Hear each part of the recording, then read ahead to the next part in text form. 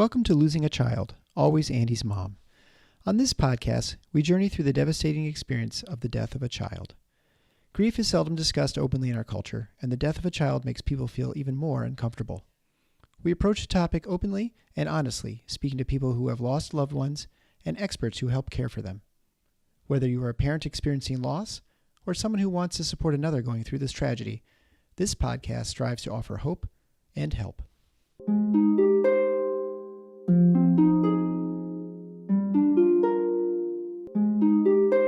Hello. Hi. Hi, Gwen. Good to see you. Same here. So here we are for our live stream podcast event. And we get to hear my clock go off because I did not turn it off. So we can all It's hear such a lovely sound. I know. It's my Andy clock. So this was a gift from my family. Mm-hmm. I think you've been muted.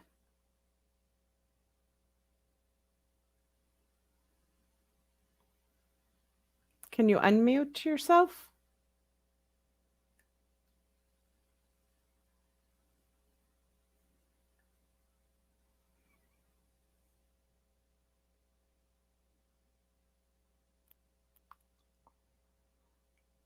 Well, I can talk to people and welcome them here while you're trying to figure out about muting yourself. We're glad that you're here. Tonight we're going to talk into marriages and bereaved couples. While Marcy's trying to figure that out, I think I could just start with a story that really taught me about the differences. It was a real visual for me. I'm back. Okay. All right. We're glad. Sorry, your mic has become disconnected, but it really wasn't disconnected. I don't know what the problem is, but now we're good. Okay. All right. So anyway, today we are here to talk about, like you just said, as a couple and going through this messy, awful grieving process with your loved one and how that can be hard because we do all have our own unique journeys. But with that, we need to be able to do it together too. Right. So it's kind of doing it together and on your own at the same time. So why don't you go ahead and start with your story? Well, and I may have shared this with you on some other point before, but I just think it was such a good visual that a couple had a child who died. I think the girl was about 8 years old, and it was a sudden death and very traumatic. And the mom wanted me to come over, and she was very upset with her husband and how he wasn't talking to her. And so when I got to the house, she met me at the door, and right away her anger just at him and how he wasn't grieving and this man is not dealing with this. And she said he's not even going to come into the house to meet with us. But as she was walking me from the door to where we were going to sit, there was a big picture window and a sliding glass door, and I could see the husband out in the backyard chopping wood. And I said, wow, that's a lot of wood. And she said, that's all that man has done since she died is chop that wood. And that's when I said to her, that is a lot of grief in your backyard. And she hadn't realized that maybe that was his style and that he was acting it out physically, where a woman will tend to maybe meet with someone in the living room face to face and have that kind of conversation, and a man may be more active and more physical in their grief. So that was just a real visual for her to see that pile of wood as her husband's grief journey. Well, I have some bad news that for right now, we are not on Facebook because it is not hooked up properly, even though I checked it just recently. Okay. So I think we are only streaming. I don't know where we're all streaming, actually. If we are streaming because you reset up yours? Did you reset up yours? Reset up. I'm not sure what you meant by that. To hook up to Grief Guide. Oh, it's not on yours is what it's not on. Okay. We are on Always Andy's Mom and we are on my YouTube channel, but we are not on your Grief Guide right now. Okay. That's all right. That is okay. I am sorry about that because that's okay. We just needed to reconnect it, but I can't do that. I think you have to do it. Okay. So, And you know how technically challenged I am. So let's just dive in and support the We people are who are going to dive listening. in, and I am so sorry for Gwen's people who are wanting to listen on Grief Guide because it did not work at all. So we will have to get a recording over to her later. But so anyway, you were talking about that he was chopping wood. Right. And so just that visual of her looking at that as his grief. And I think you said it in the intro just now, is that we are unique and different, and God made us different, but yet we're in marriage and we're in union together. And whether it's the death of a child or anything else, that makes marriage hard. But then you add the death of a child and it just compounds that. Oh, absolutely. Absolutely. Yeah. Mhm, I mhm. think one of the things we should dispel right away, though, and I've talked to you about it, and is that there is this myth, and it can become a self-fulfilling prophecy that a marriage is doomed after the death of a child. Like people just say, "Oh, you're not going to make it." Very few marriages make it through that, and there's not necessarily an increased divorce rate in parents who lose a child as the average population. Yeah, it's so funny because we certainly thought there was. I mean, I remember the nights that Andy died, and we were in that hospital room with Peter because Peter hospitalized for his concussion. And I remember Eric saying to me, "This will not break us." No, we made this kind of vow to each other that very night, just, 4 hours or so after Andy died, that this would not break us. Because I think we felt that we were under the gun, like Right. this is somehow going to wreck our marriage, and we're not going to be able to get through this as a couple. And because that was kind of what was put in my head, is that's what I thought. Right. And it was months later, actually, I was interviewed on a different podcast, and one of the people said, and that's a myth. There's absolutely no increase in the divorce rate. And I said, "Oh, really? I didn't know that." I mean, it was good to know that it wasn't. Although on the other hand, it was a little bit of a good thing to say that to Eric, for us to have that conversation that very night. Because had that myth not sort of been out there, I'm not sure we would have kind of made that extra vow to each other, because we really did that night, that this will not break us. And it was really a promise to each other. And I think that was good that we had. So in some ways, I'm not sure it's a bad thing that it's out there a little bit, but I don't, but I'm like you, I don't want to feel like you're doomed. Right. And I think, making that commitment to heal together is huge. But what I want to also look at is, just as other things in marriage, is that each one of us has our own individual thing. And if I look at it for the example of spiritual growth, I'm not in charge of whether my husband reads his Bible or prays, right? That is his journey and what he does. And I am responsible and accountable to mine. And so someone can stay married with someone and not be in charge of their spiritual growth. You can stay married to someone and make a commitment to stay together and to grieve together the best you can, but still realize that you're not in charge of their emotional health and how well they do their grief work. And it's hard. It is. I mean, you really want to help them, right? You feel like, well, you are not doing it right. You are not doing it right. So how many times do women, especially, I hate to pick on us women, leave a book open in the bathroom to a scripture that they want their husband to read, and, like, not just hitting him over the head with the book, but leaving it open, so hoping that he'll grasp this, all important message. And it's not even just that. I mean, it's simpler things too. Like, I'm just going to give an example for dinner tonight. So dinner tonight, I was making some pasta. I had Eric pull the bread out of the oven and cut the bread, which he has done before. And when we've got a long, thin baguette, he will cut it exactly perpendicular. And you have these teeny, tiny little pieces of bread that I have laughed at him before, like, just cut it at an angle so you can have a decent sized piece of bread, right? But he makes these little ones, and Peter laughs at it. Well, today he cut it at such a severe angle that these slices of bread were humongous. They were so crazy huge. Peter comes downstairs and he starts laughing because I looked at the bread and I thought, I'm saying nothing, right? Because I have criticized the bread before. I'm not saying anything. Well, Peter starts laughing about the ridiculousness of this huge bread. But it was like poor Eric, you know, he either cut it way too small or now he's way too big and he's just not doing it, you know, in Peter's mind, the way mom does it. Right. So anyway. Yeah. And those are good things. Like sometimes we have to let things go, but some things are important to us. But I think, you know, when it comes to hurting is realizing that we don't want to come to any faulty assumptions, like this woman who met me at the door and said he's not grieving. That was a faulty assumption.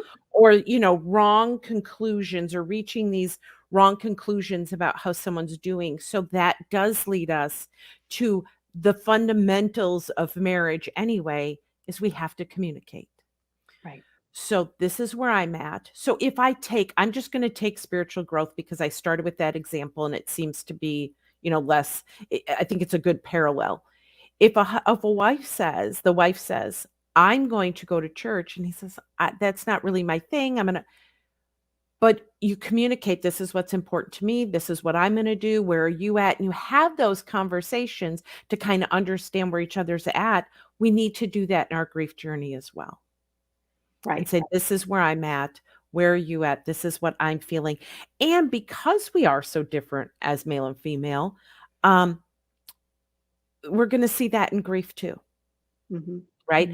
So women tend to be more social.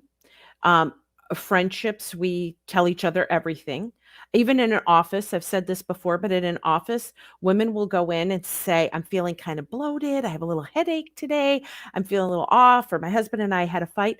A man will go into work. He's not going to announce what happened at home. Not a chance.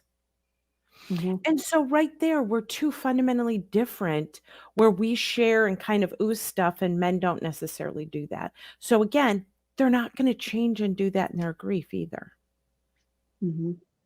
So, and I'm not saying that all men, you know, that means that they're not emotionally, that they're emotionally crippled or that they can't do it. I've seen a lot of men do a lot of amazing, you know, outward expression, but it does kind of go against their norm. It's probably one of the first times that something so heightened has happened that they're willing to sit in a group and talk about things.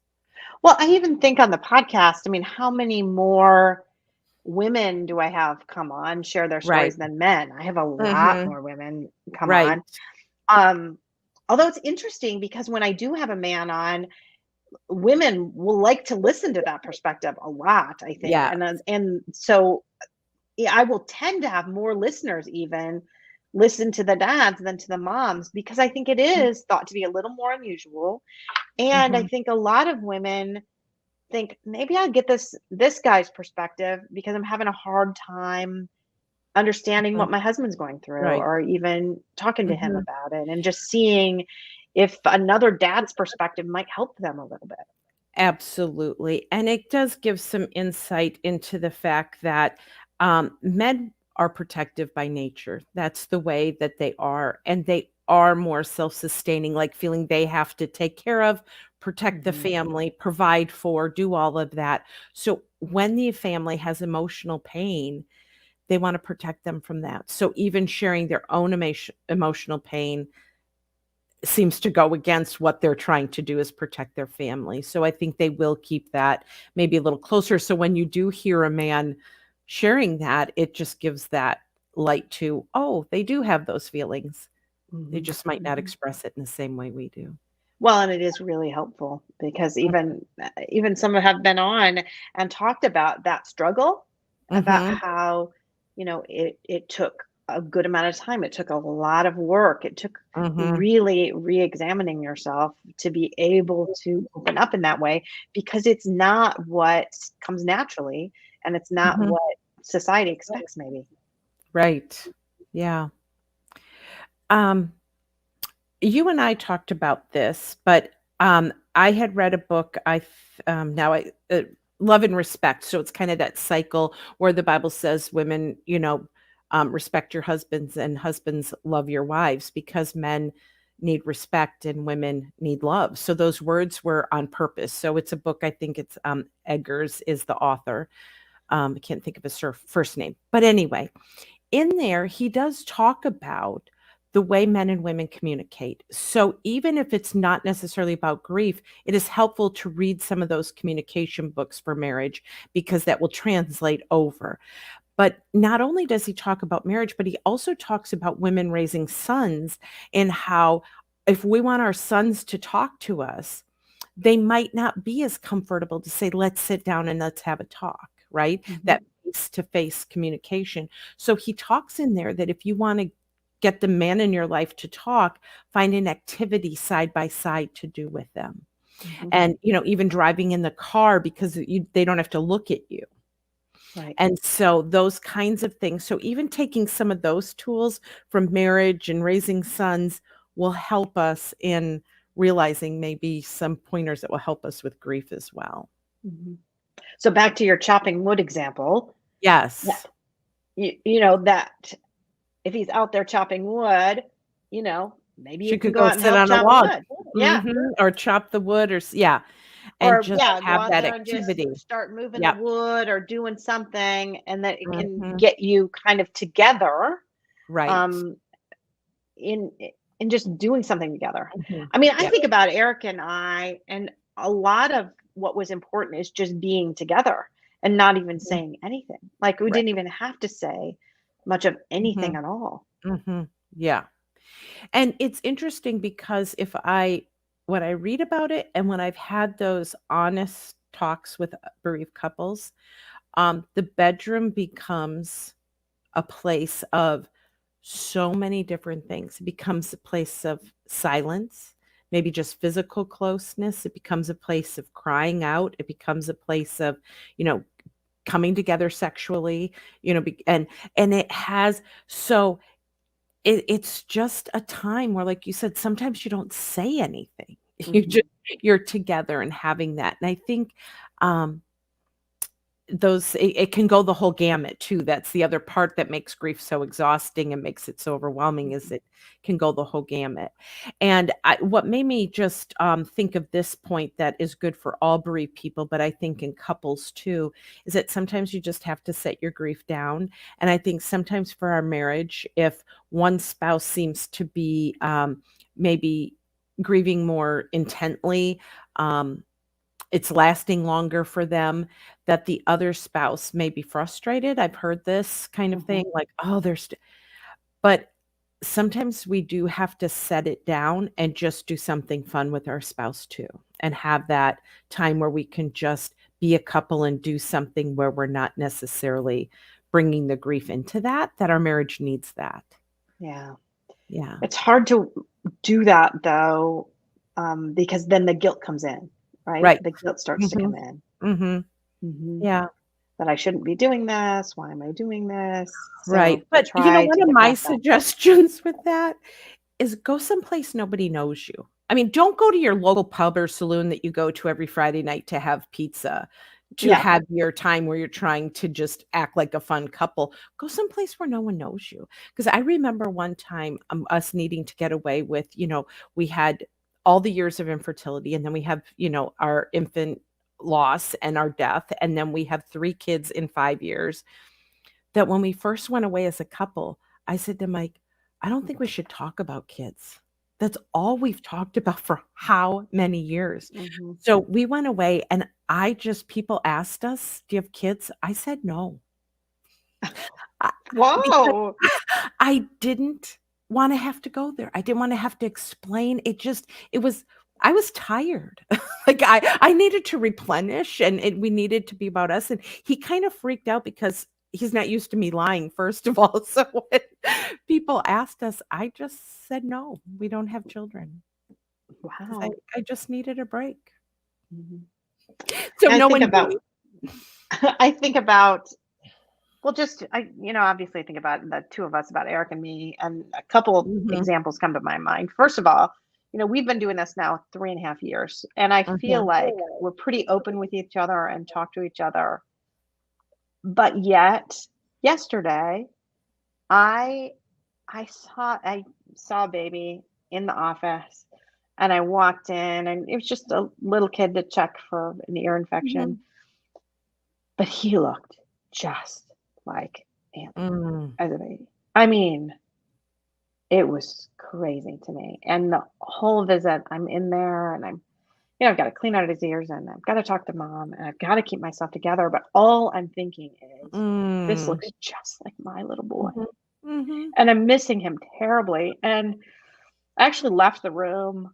I started to cry, which I haven't cried after a patient in a while. And I just started crying because it just looked just like him. And so I got home that night, and I said, I saw a patient this morning. Gosh, he looked just like him. And I started to Mm. cry, and he said, oh, I've been having a really hard time lately. And I didn't know. I didn't know. And I had too. I mean, the last few days have been just really just trying. And we went to see my daughter away at college, and he said, we went to see her, and I just felt like Andy should be there. He said, Mhm. I'm just noticing he's not there, and I'm just missing him so much. Mhm. And yet he didn't say that to me. He didn't even tell me until I Mhm. mentioned this little boy that got me Mhm. so upset in the day. And I thought, I've been doing this 3.5 years, and still he felt Mhm. like he needed to protect me from that and Right. not tell me. And me the same, right? I Yeah. had been having a really hard time the last few days to a week as well. And I didn't tell him until I had that event that put me over the Right. edge. And then I did share that with him. But thought, here we are still Yeah. trying to protect each other and Mhm. trying to not get the other one down. And I mean, it felt good to that we did talk about it though. I Yeah. mean, we just had And a that little brings talk about it, and it made me feel a little better because I was feeling like, gosh, I'm so sad lately. I'm just missing him so much. And yet I don't want to act any different, right? I don't want him to know that I'm feeling much worse because it's been 3.5 years. So anyway, right. that's kind of what was going through my own head. But yeah, I wonder if that was a little bit what was going through his as well. You know? Yeah. You were a little choppy in there, it froze up a couple times, but I Oh, think I'm I sorry. followed you to the point that there are 2 points that that brings up. One is that when you do finally talk about it, you realize that you're not that far off. Like he had had an experience, then he could share with you. So if we're afraid to bring it up because we think our spouse is doing well, realizing that even if they are having good days, they're still open to hearing where we are. But most often, they're the people that can relate the most because you were all at that college visit, visiting your daughter and having those Mhm. reminders. It was happening to both of you. So it's probably not that far off from what they're experiencing too, which leads me to the next thing is to name it. Like name it something so that you can say, I'm having one of those days or I had one of those moments. And then they'll know exactly what you're talking about. And then they can say, oh, I had one too, or just to kind of touch in with each other without having to explain things, maybe just to say, I'm having one of those moments. Mhm. Um, Yeah, I mean, we'll just say we're kind of having an Andy day. That's what I'll say to my right. kids, Yep. Okay. I because like that that.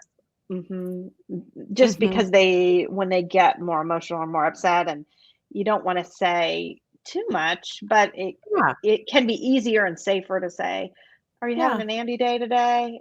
Yeah. And then that will make them Mhm. know that you kind of get it and you're there, Right. and then they can tell you more if they want to tell you more, but they don't have to tell you more if they can't. Mhm. I think you Yeah. can do that the same with your spouse, Yeah. right? Just be able to say, just And like you said, to name it, which gives them permission to talk about it if they want to, but it's not a requirement. yeah. It's And then different than again, telling, tell me about it. What are you mhm. thinking? Yeah. What? Yeah.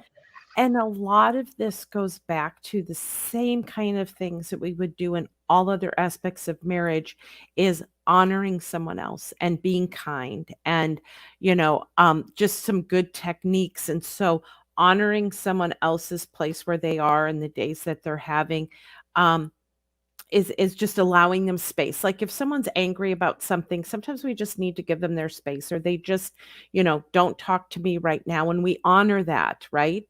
we need to do Yeah. the same thing in grief sometimes, is that same honoring of where they're at and what they um, need to talk about. Um, One of my thoughts, though, is just a few of the don'ts, Okay. um, for marriages is we don't want to turn somewhere else for all of our support away from our spouse. And somewhere else could be drugs and alcohol, where, okay, I listen to you, but then when I deal with my stuff, I'm turning to something unhealthy for my support. And so we have Okay. to watch that because that can be a temptation that one person carries for the other, and then they don't have a healthy place. But also in turning to watching where we turn to, sometimes having help outside the family is really valuable, like having someone else to process with. Or if you go to a support group and your spouse doesn't go, that's okay, because you're getting the support that you need outside of your spouse. But what we don't want is for you never to lean on your spouse and go completely where you're just only confiding in others and I'm only sharing with others where I'm at. And with them, we just pretend that we're okay, because Yeah. that's not healthy either. And you can Yeah. see that. I mean, that I doesn't take like that though. That's really important to bring up, I think. Mm-hmm.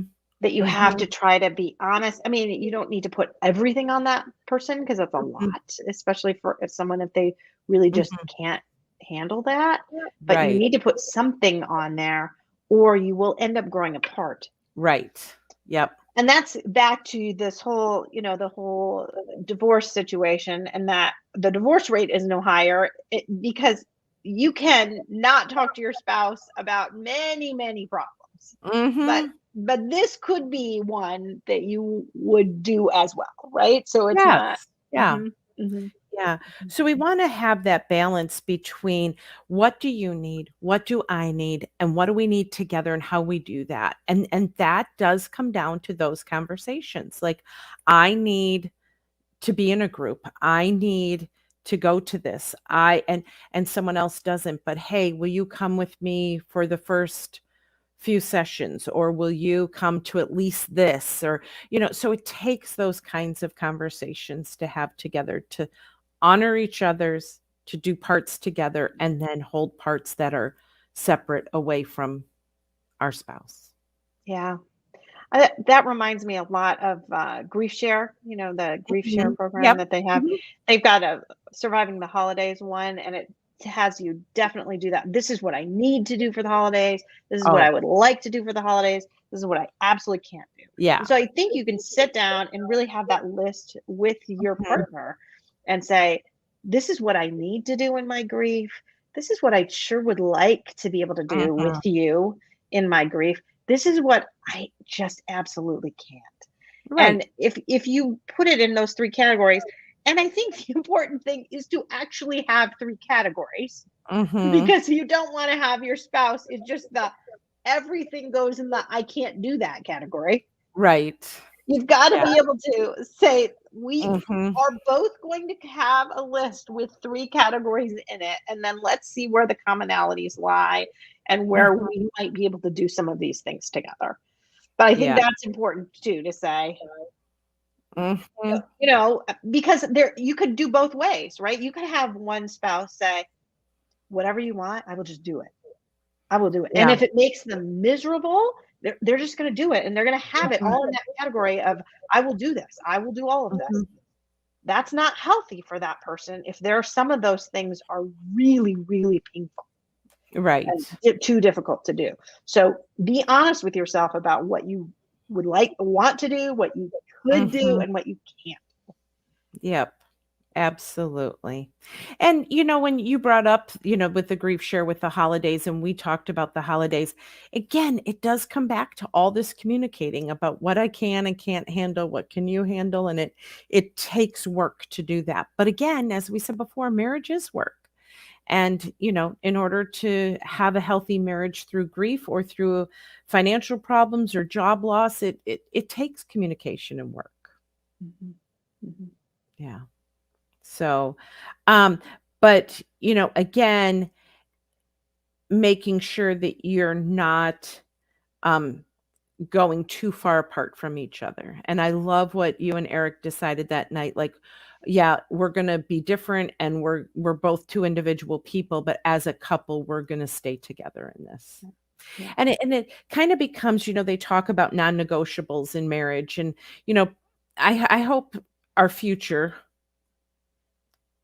what am I trying to say? Future marriage counseling. And I think we've improved. Then in our day, you just said, yeah, I want to marry that person. And the pastor married you. But now they actually do some really good classes and work. And they talk about non-negotiables, because what are the things that are really important to you that you can't budge on, and having those non-negotiables. What Eric said to you that night was a non-negotiable that you were both making that commitment is, we're not going to break up. This over won't break us. Yeah. Yeah. And, my husband and I have talked about non-negotiables that we can fight and we can, have all sorts of things, but divorce isn't on the table. Yeah. So, that was not even an option, but for some marriages, it is an option right from the beginning. It's up for negotiation. One of the things I was reading not too long ago is that some couples aren't sure they're going to make it anyway. Yeah. They're not sure. So Mm-hmm. something like this makes it harder, and they may end up getting a divorce, but were they headed that way anyway? So that, Yeah. Well, Okay. and the other thing that I think can be a challenge, and I've talked to some moms, especially that are like this, that their spouse is not the father of their child. who Oh, died. yeah. Mm-hmm. Mm-hmm. And that's so hard, I think, Yes. too, because they're not going to grieve in the same way. Exactly. I mean, especially if it's someone that they haven't known for even that long, or Yep. it's just on the weekend or every other week or whatever. Mm-hmm. I think that adds a huge level of complication. A huge one. But it would go back to honoring. So let's say you are the new spouse who has married someone and their child is 19 and you have only known them for 3 years or whatever. Honoring that relationship and who that person was. So my sister, after her divorce, married a widowed man. And when she called me up and said, I really like this guy, but he's a widow. What do I need to know? And I said, his wife has a place. Your ex-husband's pictures aren't going to be up at your house, because when you get a divorce, you don't keep the pictures up of your ex-spouse. But I said, when you go to his home, the pictures will be up because she has a place, and you need to honor her place. So it's the same thing in this, is honoring that relationship, even though you didn't live it or know it, but to try to take away. And I've watched a lot of people try to take away from the relationship. And I say to the bereaved person, you gotta hold that tight. You can't let anyone take that away from you or minimize that. So I think that's just a stand that you need to take. So the person, you can't expect them that they're going to understand and know how you feel, but you also don't have to surrender it and say, okay, I will minimize this because they don't know this person's. Does that make sense? Like, I hope I'm not talking in circles. No, I think that makes sense. I think it really does. Right. Because I think you can do it both ways, right? You can be like, well, you just don't understand because he's not your son. Right. He's my son. He's not your son. Well, you need to let them be able to still try to be there for you in that same way. And even though that pain isn't the same, it's not the same for anyone anyway. We've already talked about it. Everyone's grief is. So, my pain is not the same as Eric's pain. Our grief, even though we grieve the same person, even though we're both his parents, it's not exactly the same. So I don't want people to really jump to, well, if he's not even his father, then he really can't understand me. Now, you gotta still let him come in and be what he can for you. But again, understand that he is in a different place. It isn't the same. But we can be there for each other, but we don't. We can be there for each other, but we're not each other. Yeah. Right? And I think this is allowing me to go back to some things that I teach with people. And one of them is that expectations that we have, not only the expectations for ourselves and how, we always should on ourselves and what we should be doing, but Yeah. oftentimes we put expectations on other people. And sometimes they're not realistic. No matter what, those people can't live up to our expectation of how they should meet our every need. And that's one of the things I learned early on in marriage is it's not my husband's responsibility to meet my every need. It's not. No. And so just realizing that I lost my train of thought when I said that. So we have to watch what our expectations are of the people in our life too, that they're always going to be there and they always have to stop everything they're doing and always, say the right thing, do the right thing, because that's not realistic. No. But you're But I right. We do have these expectations. I even think, and this is totally unrelated to grieving as a couple now, but I think of, my mother died when I was 21. She was 42. So obviously my grandmother lost her daughter. So I had this sort of expectation that she would understand more because she lost her daughter. And so when I lost my son, she would be able to totally kind of get it and understand me. And it turns out that that wasn't really the case. Yeah. And that's why when we look at our support team or who's around us, I think we have to have a variety of people. So we talk about, you need people to meet your physical needs. You need people that meet your emotional needs. We have people that we connect to spiritually that are the people that keep us accountable spiritually. I think it is the same thing in marriage that your spouse might not be all the people that fit in those baskets. Right. I was thinking that same thing. Yeah. Sometimes in our grief, we have to say, I can go to them for these things, but for this, I go to my grief group or I go to this group of moms, or this is what I do. He can't be my spiritual support person. Yeah. He can't be what that person can't be to you. That's okay. They don't have to be everything to you. Right. But you do want them to be some of them. Yes, and not pull away from them completely where you're putting all of your and I do think the vulnerability, we talk about physical affairs, but I do think the vulnerability of emotional affairs, that if you start confiding in someone, especially if it's, someone of an opposite gender, that's a huge temptation, and that we need to stay away from not, going to someone else outside of our marriage for our emotional support if they're of the opposite gender. I think that's a red flag. It can put us in a spot. Yeah. I had so many thoughts going through. I was going to say, you have more notes. I know you do. I do.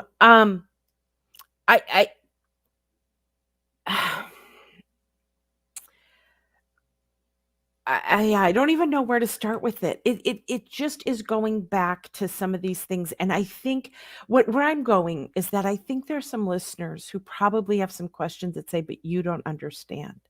Yes. I'm here in this marriage and I am completely alone. This person doesn't get me. And I think we have to hear that. And I think we're not getting any questions, but I just want to go to that question and say, we want to hear you. We do hear, I've heard that. Yeah. And, I've had people reach out to me and say that very thing. That very thing. Like, I just feel so alone. It's been moms saying, I don't think he's grieving. He doesn't want to do anything. He doesn't want to, he doesn't even want to look at pictures. He doesn't want to do anything. Yeah. What do I do? Right. So Gwen, what do we do? I know. Well, it's a couple things. I think that we continue to communicate what our needs are the best that we can, not saying you don't listen to me or you don't talk, because that's the wrong message, right? Rather than to say, this is what I really need. I need to be able to say their name or look at some pictures with you or share when and how is the best way for us to do that.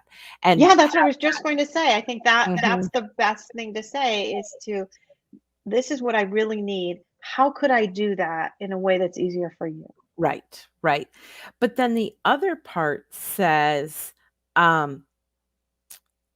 how, understanding that I can get some support other places. These are some things I need from you. Um, Boy, I'm having problems with my train of thought tonight. Oh, I know. This is what it was. Maybe it's late. I don't know. At a certain age, you probably shouldn't talk after 8 o'clock at night. I know what it was. It was the fact that, oh my goodness. Oh, it left me again. Is modeling it. So oftentimes when other people, they might not know what to do, right? Mhm. So model it, and when they do get it right, say, you know what? You did a great job. And that's really all I needed, was for you to be able to listen to me for a few Right. minutes and just do that, and thank them when they get it right. And it's kind of Yeah. that teaching and that modeling, and say, okay, Mhm. this is what we do. And Th- I do that with my children often. I And was just gonna say that. yeah. And so I just Positive having reinforcement. an As honest a conversation. pediatrician, what do I talk to parents about? Yeah. Positive reinforcement. When they do something Yeah. that you really like them doing, tell them that you really Right. appreciated them doing it that Yeah. way. Positive reinforcement is the best way to help someone, Learn. yeah, Yeah.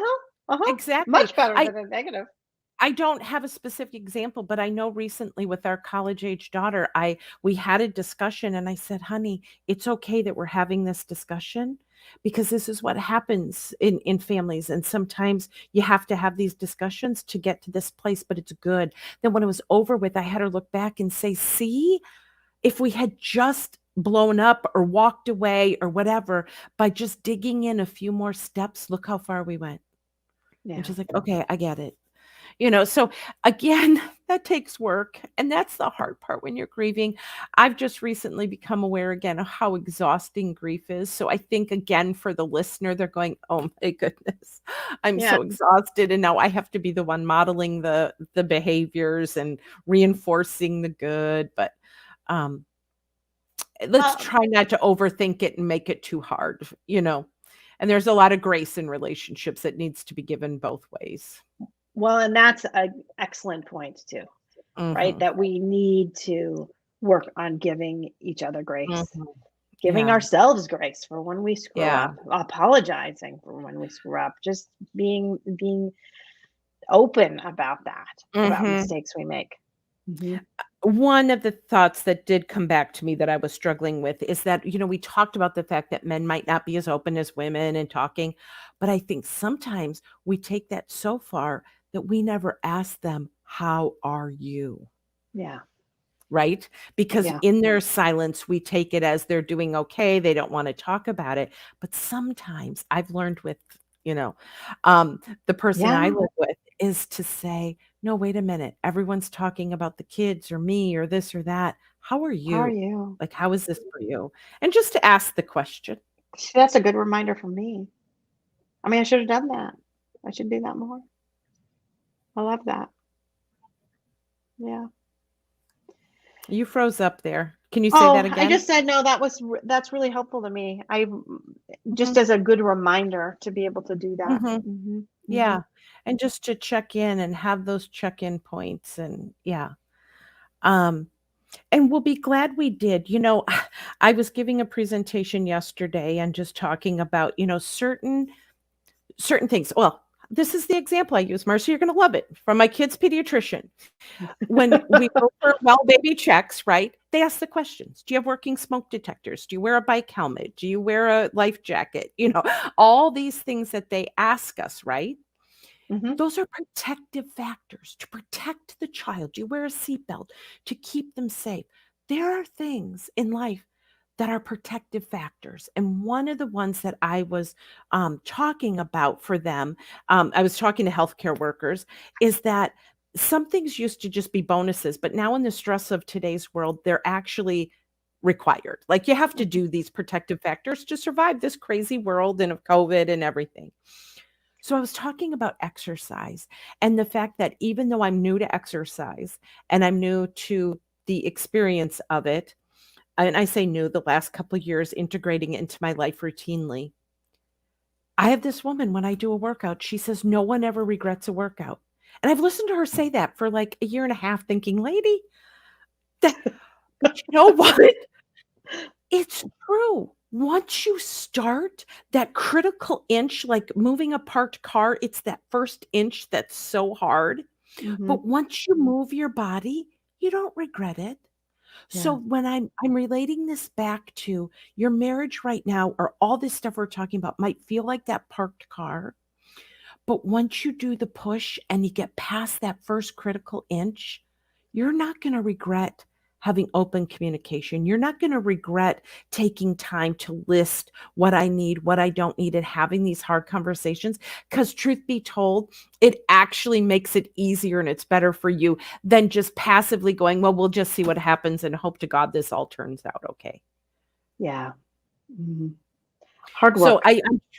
I'm trying to be encouraging in this, right? No, We're I think trying to, it's yeah. very encouraging. Mhm. Yeah, we want to be encouraging to those marriages, understanding that this is hard, but it is worth it. Worth it. Anything worth having takes some work. It's Mhm. not easy. No. Yeah.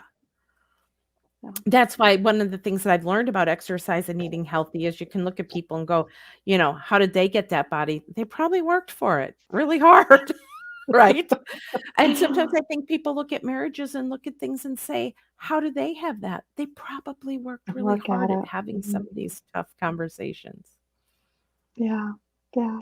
Mhm. Well, I love that. Did you have other points that you wanted to make? Yes. Well, the last one, we have some time left, but I do kind of want to talk about something. You and I were talking about resources.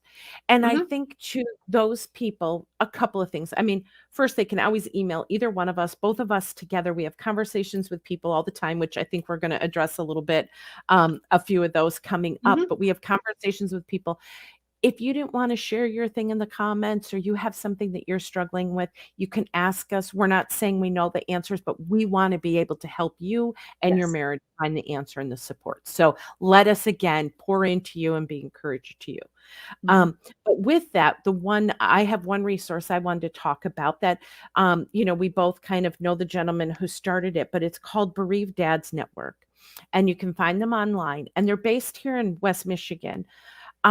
But they have a lot of virtual groups for dads. And I believe when you read their story, it really came from that thought of two things. One was one of the men, his now wife is not the mother of his child who died. So she wasn't wanting to go to a support group. And where did he go, kind of thing. Mhm. And then the Mhm. other gentleman, his um, heaviness of his grief was the fact that he felt like he had to carry his wife and other children so much that he just needed a space. So they Right. created this. So they have coaching, that you can be coached individually. They have helpful links. Like I mentioned, virtual groups, they have in-person groups, they bring in speakers. They have, really good stuff. So I'd encourage you to look at the Bereaved Dads Network. Maybe what Mhm. I should do is post the link in the comments. Would that help if I knew Yeah. how to do Go ahead. that? Okay. Put that in the comments. Um, And then the other thing that we wanted to make sure to bring up today too is Starlight Ministries has coming up on Friday, March 11th, their bereaved parents dinner. It was formerly a bereaved couples dinner, but now they're just doing bereaved parents. So you don't have to be part of a couple to come. But they will be talking about some of these very same topics of mhm. grieving as a couple, and then just a night out kind of to go with your spouse or Right. even yourself, just to be with other bereaved parents who are going through the same kind of struggles, because that can always be so helpful. Mhm. Mhm. I don't know how to get into the comment section. I can see it, but I don't know how to get there. So Oh, I you I can. was half technically okay. Okay, if you just click Um, on comments, you should be able to post a yeah, comment. I thought You I didn't? could. Okay. I'll see again, I but can. What do you want me to write? well, I copied and pasted the Bereaved tab. dad. Yeah. Okay. So Well, it's bereaveddadsnetwork.com. okay. All right, thank you. So yes, this the dinner, um There was something else that we were going to talk about. I think one of the things that I will just address when I mentioned that people reach out to both of us, and we've talked about it tonight from the very beginning. When you said, Eric said, let's do this together. And I mentioned that commitment to heal. Mhm. We do We'll have put that up there. a bereavedadsnetwork.com, right? Correct. Mhm. That commitment to heal. Well, I got a comment from someone, and I just want to address it because I think it's a good one. It was no way taken like as an offensive, but she said, when you say healing, I don't understand that. Everyone talks about healing, and I feel I'm never going to get there. And I had to explain that when we use the word healing, I think especially as bereaved parents, we think that it means that life's going to go back and we're going to get back to the way we were and everything's going to be good. And that's not what we mean by healing. Right. I think they might think healing means wholeness or back to exactly where we Right. were. Or I was thinking of really is when you have a wound and say in the book and it's healed magically, it's away and it looks beautiful and your skin looks like it not anything. But in real life, that's not how it looks. Right. In real life, when you heal up, you've got an ugly looking scar. Right. Funny because Gwen told me about this, and I'm seeing patients at the house, and that very next looking in at the ears of a kid to just he's like a 10 kid. I'm looking at his ears. He has the most scarred, terrible looking eardrums. I mean, they're fine. He hears fine, but he had a lot of ear infection. He definitely had more than one set of kid because he had scarred up eardrums. So I said something to him, but what hit me is that this is what great example for what you just said. Outside, you can't see a scar at all. Right. No idea. You don't even see the skin, right? No way to see how bad looking his ears are unless you really get in there. Look, so that's what it is like with our healing too, is that we will have this healing. And in some ways it's hard because from the outside, you do look the same. I think about that. I think when patients see me, they think, Dr. Larson, she's just the same as she always was. No, I'm not. Right. I'm not. You can't see a scar on the outside, so you can't see how scarred I am. I am healing, but it's a messy kind of healing. It's not beautiful. Outward healing. There's, you know what I mean? It's messy. And so I think that's what people need to remember, that that when we say that, we know it's messy. And we know and this is how I explained it. To the person is that you're just not bleeding all over the place anymore. Because in the early part of our grief, it has to ooze out. But there comes a point where it's not oozing all the time, but it is always there. And so when I always think about healing is we don't have to bleed all over the place, but we are still wounded. I mean, that we're always, going to be wounded. So, but that commitment to heal, and again, I used this yesterday in my presentation, is what are you aiming for? What are we aiming for? And we can aim for healing. Like, I want to get there. I want to get to the point that I'm not bleeding all over the place. And I want to get to a point where what's hard is if someone says, I don't want to get there. Yeah. And some people do make that decision. And I think that will be a challenge to a marriage when someone says, I'm never going to get over this and I'm never going to be better. Right. Now, again, you're never going to be the same. And you're never going to be the same. You are not going to be the same. But it doesn't mean that you should stop living. And that you have to stay wounded and stay in the pain as intensely at as every moment. Because we don't want to be in pain every moment. No. And so the other comment I wanted to talk about too was somebody else that wrote to me. So recently I had some women on who were talking about the loss of their children. And the one son had died from a drug overdose. And she had made the point of can be difficult with other people when your child had a hand in it. Like, meaning that they were, responsible in some way for the death happening. And I made the point that the same thing could be said for suicide.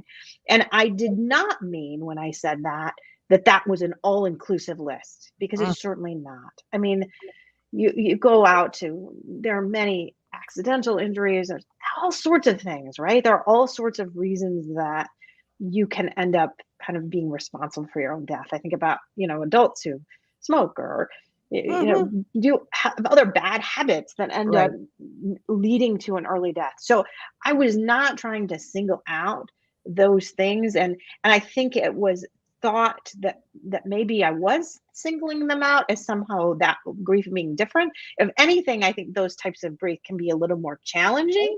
In any of those circumstances, they can be more challenging. Just because I think you can end up having some, I don't know. I think society can look at things a little bit differently, but overall, it's the same grief, and our grief is the same. And no matter how we got there, it's the same. And so I don't want people to feel like if they're, depending on how their child died, things are somehow different, because they're not. They're not. But I also think that people who have experienced death by suicide, it has been a society norm to say, well, they made that choice, so they are defensive against that because they feel like the people are blaming their child. Right, exactly. And so they do stand on that. Their child was clouded by their, despair and hopelessness. They didn't, wasn't as a concrete choice as people make it seem. So I do think they do stand on that a little bit. And I understand that. I think one of the things that you and I have talked about, and I just going to ask our listeners and understand that we're human, and sometimes we're in conversations and we're saying things and they're not meant to be all inclusive or always this way. That as I tell my kids, you got to be a little bendy. And so sometimes we forget that, when we say something, it still has a bend to it. Like there's always different factors and it's different for everybody. But if we say something that you feel like maybe we shouldn't have said or whatever, absolutely, send me an email. I would love to be in communication. I could always learn, and I'm always learning and trying to do more things and do things better. And if you have questions, well, we both have that teach me. And that's, and when I tell people, I'm not on here as the grief expert, because people have taught me and they continue to teach me. And I'm thrilled about that. And I love to learn, and I love to hear from people. And as long as we are alive, we have things to learn. And I will go back to what we started with tonight. As long as we're in a marriage with a partner, there's always going to be something we have to learn. We're never going to master that. So again, we're back to the fact that this is a hard relationship anyway. And then, just to be aware of that.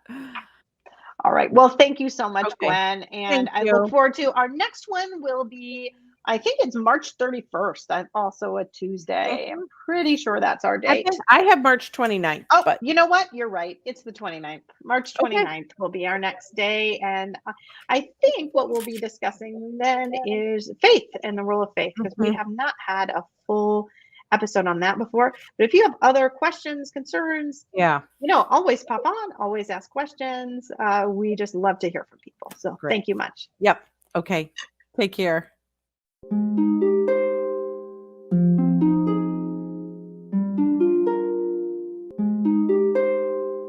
Thanks for listening to Losing a Child, Always Andy's Mom. Please subscribe to the show on your favorite podcast player. We are always looking for new show ideas. If you'd like to be a guest, know someone who'd be a great guest, or have a show idea, please email us at marcy@andysmom.com. Be sure to visit the webpage, andysmom.com, for more content, including Marcy's blog. There you can also sign up to receive updates via email. Together, let's work to inspire hope, one day at a time.